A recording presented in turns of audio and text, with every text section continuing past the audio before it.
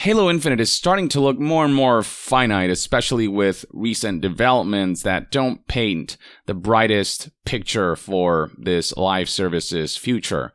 Looking at the player base right now, you can see that from its all-time peak of 256,619 players, the 24-hour peak tends to sit at roughly 9,360 players, and the average players over the last 30 days is sitting at 5,288 players. We're looking at a loss of roughly between 96% and 98% of the all-time peak. Not a great look, but it's not necessarily a dead live service quite yet. It's not as bad as Battlefield 2042 numbers, but there is a clear downwards trend here, and it's clear that there is much work to do for this live service to be sustainable in the long term. Reviews, especially recent ones, are not looking great. While the all-time reviews are looking mostly positive, recent reviews are rather mixed at a mere 49%. Then we got numbers on Twitch, which at one point we had Halo the Master Chief Collection have higher viewers than Halo Infinite. That's no longer the case, but Halo Infinite viewers right now are sitting at roughly like 1.1k last time I checked, so not great. Diminishing interest surrounding content and streaming and the like. And then there is content delays, the lack of a roadmap. For example, back in March 7th, 2022, was reported that Halo Infinite's co-op would be delayed again. It was delayed once from launch, promised in early Season 2, and then it got delayed again to later in Season 2, and I'll get to that in a bit. They've specified a release window for co-op. But really, the lack of communication, the lack of a roadmap has been a major sticking point, as reported here by Windows Central. Halo Infinite fans frustrated over poor communication and missing roadmap. Beyond that, it wasn't particularly encouraging to see that Halo Infinite's lead multiplayer designer left 343 Industries shortly after the game's launch. And then beyond poor communication and a lack of roadmap, just the pace at which content has been releasing has not been encouraging either. Somebody on Reddit highlighted back in March a tweet that reads, "At this pace, I suppose very little is coming to Infinite until next season. For a live service game, this is just unacceptable." And with details surrounding Season 2, you will see that things will kind of remain unacceptable for a lot of Halo players whose patience has already been tested. But before we get to that, you can see just how many complaints there have been about the spoon feeding of content with this Reddit post, which has a whopping over 11,000 upvotes, highlighting a tweet by the Act Man that reads, "Waited years for MCC Master Chief Collection to get fixed, waited over a year for Halo 5 to get an appropriate amount of content. Now we're waiting for Infinite to get more content." Basically, with 343, it's been the same pattern, releasing a game in a less than ideal state and having to wait months and years before the games feel like they're in a far more appropriate state, in a state that they should have been at launch. Going back to the topic of roadmaps, the general lack of roadmaps has been frustrating, but it's also the fact that deadlines have continuously been missed. For example, this Reddit user pointed out, "We're promised a roadmap back in January. It'll be March in 2 days and still nothing." Here's somebody else highlighting how it's been 4 months since Infinite's multiplayer release. "We were promised a roadmap in January. Where the hell is it?" Here we have somebody highlighting that it's been officially a month since Joe Staten stated that a roadmap is his top priority. "Is there any updates we can share?" It took a while for us to finally get one, which kind of highlights that 343 is kind of scrambling internally to kind of get their stuff together, because clearly the game launched earlier than it should have. And at that point, people were kind of tired of begging for the bare minimum. People were pointing out just how empty the release schedule looks when it comes to post-launch updates and content additions. People highlighting how Halo Infinite holds the record for the longest launch of any Halo title without DLC. And as if all that wasn't enough, gameplay was plagued with desync issues, with plenty of news outlets reporting on this on numerous occasions, and plenty of Reddit posts highlighting this via clips like this, showing the guy clearly hitting the enemy with a number of shots, but then this guy, out of the blue, happens to be able to hit him with a hammer from that distance. It highlights just desync that makes it unfair, that leads to unjust losses. And there's plenty of those clips to go around with, tens of thousands of upvotes like this one and this one.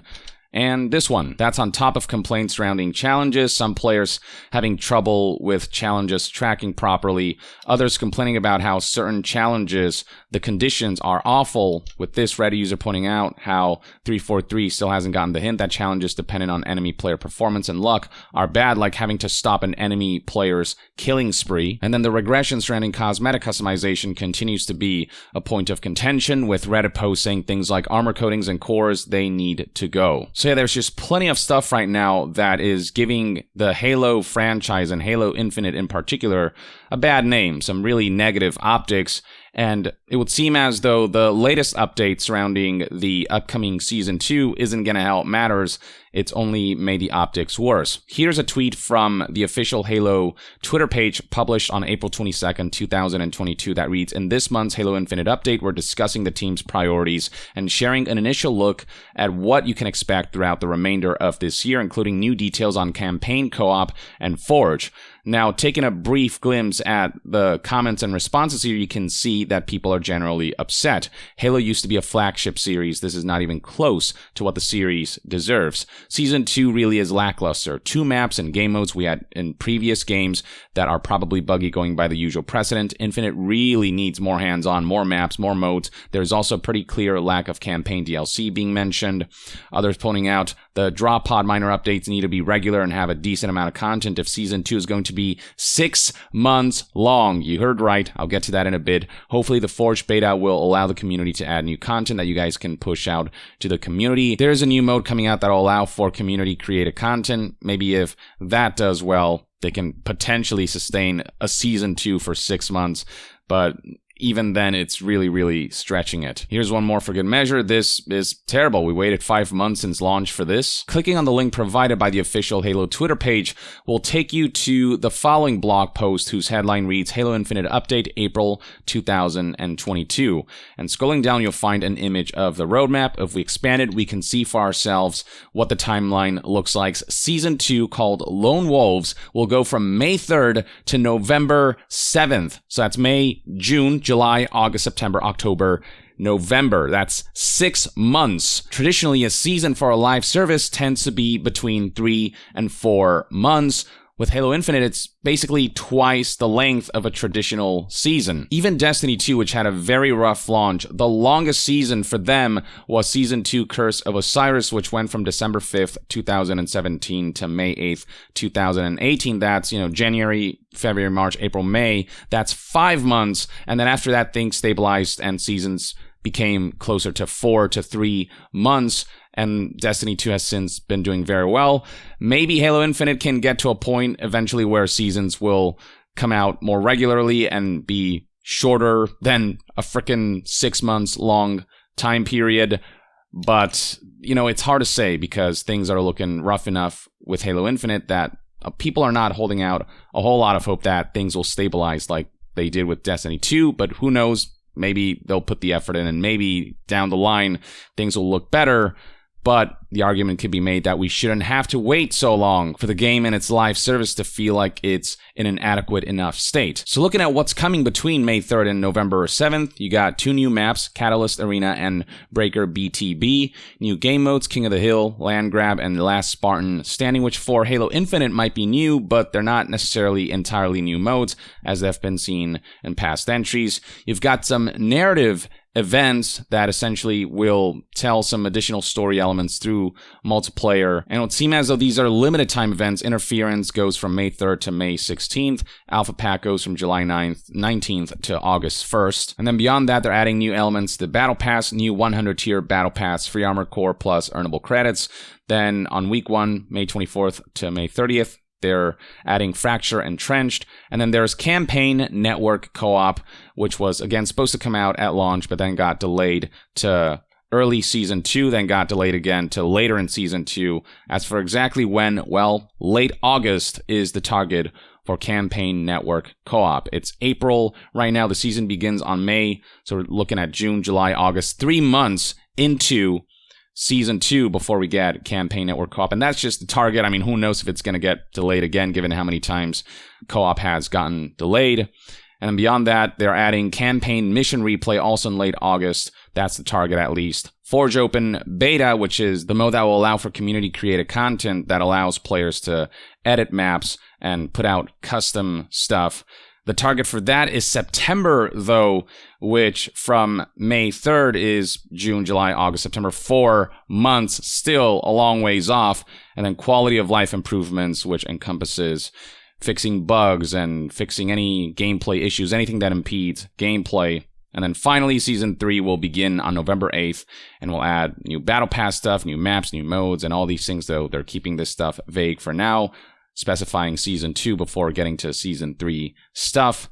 But yeah, generally, players are looking at what Season 2 has to offer in a long-ass span of 6 months, and they're basically saying there's just not enough here to sustain us for 6 months. The fear is that with Season 2 being drawn out for so long and with not enough content to justify that 6 months lifespan, enough players will leave that Season 3 might not be viable and just the long-term future of Halo Infinite might generally just not be viable. Now, in the blog post, the developers explained the reasoning behind extending Season 2 to 6 months. Here's what they said. This roadmap reflects the same studio priorities that we shared back in March, addressing issues negatively impacting player experience, completing Season 2 and delivering it as promised on May 3rd, continuing to work on campaign co-op, Forge, and Season 3, with a priority 0 of team health and getting ourselves into a sustainable development rhythm so that we can deliver great experiences to all of you while maintaining a healthy work-life balance.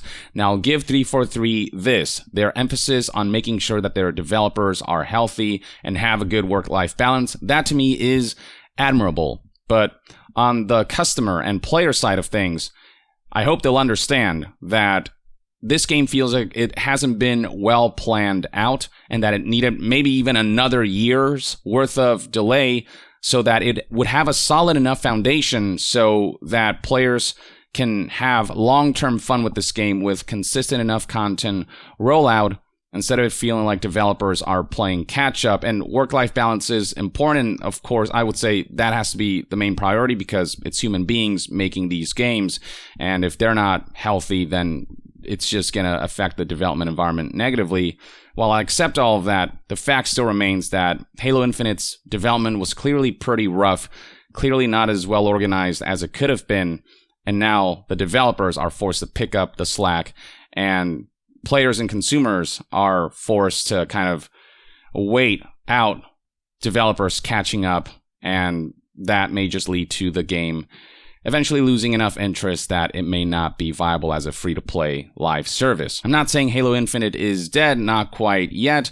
Who knows, there's still a chance that maybe over time they'll make a swift recovery, but it's just this cycle of having to wait for things to finally get going. It's just frustrating. It just happens over and over again, and it just feels like the industry continues to not learn the lesson that a rushed live service puts it in great peril of it dying off before it really has a chance to kick off. If they had planned things better, Halo Infinite could have more consistent content rollout, be in a healthier state as a live service while allowing developers to maintain a better work-life balance. But instead, 343 is forced to sacrifice consistent updates and content releases for that work and life balance because the foundation of Halo Infinite is so flawed and so just in shambles currently. Though the team does acknowledge that we know we need to deliver more content and more features more quickly, staying true to priority 0 means that sometimes we need to slow down in order to stay healthy and move faster later, but we're also aggressively looking at ways to accelerate. So at least they're acknowledging that, so maybe that indicates some hopeful signs that things will actually accelerate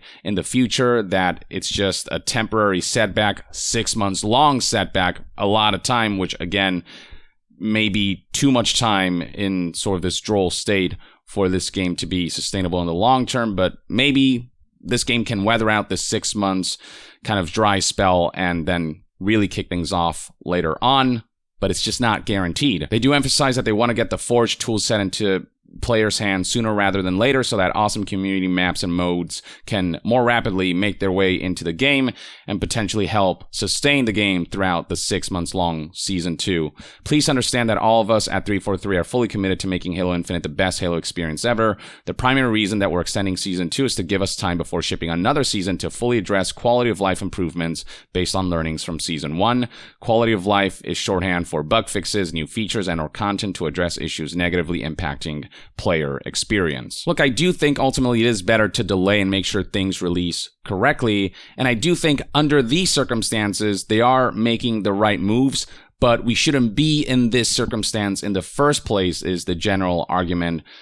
The game should have been either delayed another year or just been better handled from a development standpoint, which I know is easier said than done, but it's just clear from the final results of Halo Infinite that it did launch prematurely, even with that year-long delay. Can you imagine if this game had launched back in 2020, late 2020, what that would have looked like? How disastrous that would have been. The fact that they even conceived that release window at all is kind of baffling to me, given that even a year later, the game feels like it's in beta. Nowhere near as bad as Battlefield 2042, but being better than the worst case scenario isn't really high praise. As for what the community reaction has been to all of this, well, not particularly enthusiastic. Here is Eckert's Ladder, who tweeted, "I'm genuinely shocked by this. Halo Infinite Season 2 is 6 months long with just 2 new maps and 3 simple modes. King of the Hill shouldn't be headline. Maybe a Forge beta in September. A cosmetic battle pass isn't content. I don't even know what to say. Man. Sorry, 1 arena map in a year isn't good enough. I understand tough development cycles, COVID and all that, but that's a fundamental misunderstanding of priorities in my opinion. I'm disappointed because the game was an amazing start, but 343 isn't able to take it where it should go. I feel for 343 as obviously shit went down during development for things to be this bad, and we pester them for an update, and they must have known how it was going to look. As bad as I feel, though, the game is going to keep dying without something major, and that's just the harsh reality. Is kind of the take that I'm going with. I understand the developers need to kind of slow down sometimes for better work-life balance, but just the reality of the situation, unfortunately, is that so far this game feels like it's on its way to its grave rather than on its way to really taking the Halo franchise to a whole new level. Other tweets poke fun at this situation. Halo content creators, after finding out Season 2 of Halo Infinite is 6 months long. Current objective, survive. Keep in mind that part of what sustains a live service is the content creation scene. People who actually want to cover the game and continue to draw attention to it and cover the latest updates and the latest goings-ons. But when content creators start losing interest, maybe players will start losing interest as there's just less coverage of it. And that flame that you're supposed to keep alive as part of that live service starts to diminish and dwindle until it gets put out. And right now the state of content creation surrounding Halo isn't great, which isn't ideal for a live service of this nature. Halo's just becoming less and less viable as a game to cover. It's becoming more of like survival mode for content creators who just don't have enough to cover about a game that isn't providing enough content output. So that's just bound to make the downward spiral that Halo Infinite's currently caught up in that much worse. Beyond community sentiments, we got articles like this one from Forbes. Does Microsoft need to give Halo to someone else besides 343? Given that their history with the Halo series has not been great, I'd say maybe that's the best course of action at this point. Who knows? It's just 343. It's been one strike after another. And then on Reddit, people are kind of discussing aspects of the roadmap, wondering things like, why do the narrative multiplayer story elements have to be events? Why do they have to be temporary? Shouldn't they be added to the game permanently so anyone can experience them anytime after they're released? Especially given that this is a game that's currently lacking in content. Others are pointing out how bad dailies have gone, with rewards just being rather tame and nothing all that exciting, really. Now, here's something interesting that a Redditor pointed out. Jason Schreier corroborates rumor that 343 was working on hero-based systems for Halo Infinite. Apparently, Halo Infinite's multiplayer was originally supposed to be an Overwatch clone and then was forced to switch to current multiplayer style in the last 2 years of development after realizing it was working. Or actually, that was a typo. It's corrected here. Forced to switch to current multiplayer style after realizing it wasn't working. The hero shooter style game that they were going for wasn't working. That may in large part explain why Halo Infinite feels like it needed more time in the oven, even with that year-long delay. It would seem as though a significant portion of that development cycle was spent on making a version of the game, an Overwatch hero shooter style version of the game that wouldn't pan out, and then they changed course in the middle of that to be more like traditional Halo multiplayer. It does seem like the development time that they had wasn't used in the most efficient way, as so much of that was spent making a version of the game that Halo fans would not have wanted in a version of the game that was eventually scrapped. And Jason Schreier, who's verified here on Reddit, who has plenty of sources and has a proven track record of accurate reports,